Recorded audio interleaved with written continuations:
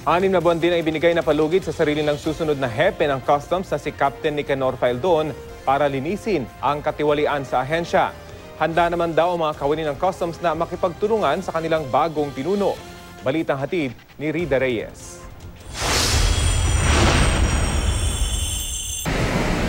Handa na raw magtrabaho ang susunod na hepe ng Bureau of Customs na si dating Philippine Marine Captain Nicanor Faildon.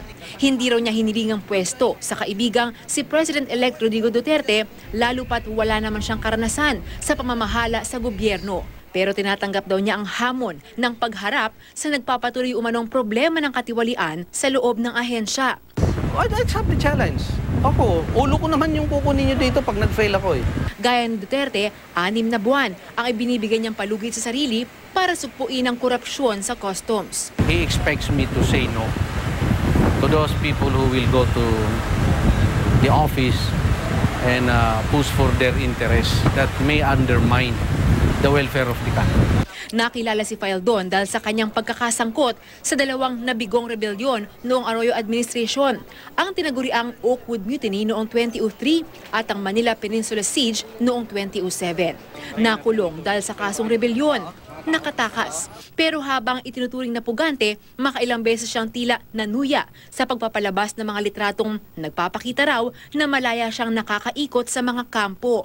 Gayunpaman, inabutan din siya ng mga otoridad at muling nakulong hanggang sa tuluyang mapalaya noong 2011. Kasama niya noon sa pagkilo si Senador Antonio Trillanes na ngayon ay isa sa pinakamatinding kritiko ni Duterte, lalo na noong kampanya. Our views politically may vary. Whom do we think can lead this country better or best? It will always vary. But our position against corruption will always be the same. Sa mga reformang ipatutupad daw ni Faildon sa customs, mas tututukan daw niya ang paglilinis sa hanay ng mga empleyado sa ahensya. Ang samahan ng mga empleyado sa Bureau of Customs itinangging sa kanilang hanay nagmumula ang katiwalian. Pero handa raw silang makipagtulungan sa papasok na administrasyon para linisin ang ahensya. Hindi sila ang problema. It's the system itself. Corruption is just part of the whole activity. We can even come up with a PowerPoint presentation in order to brief him on the true condition at the Bureau of Customs. It's not the people. It's not the people. Rida Reyes, GMA News.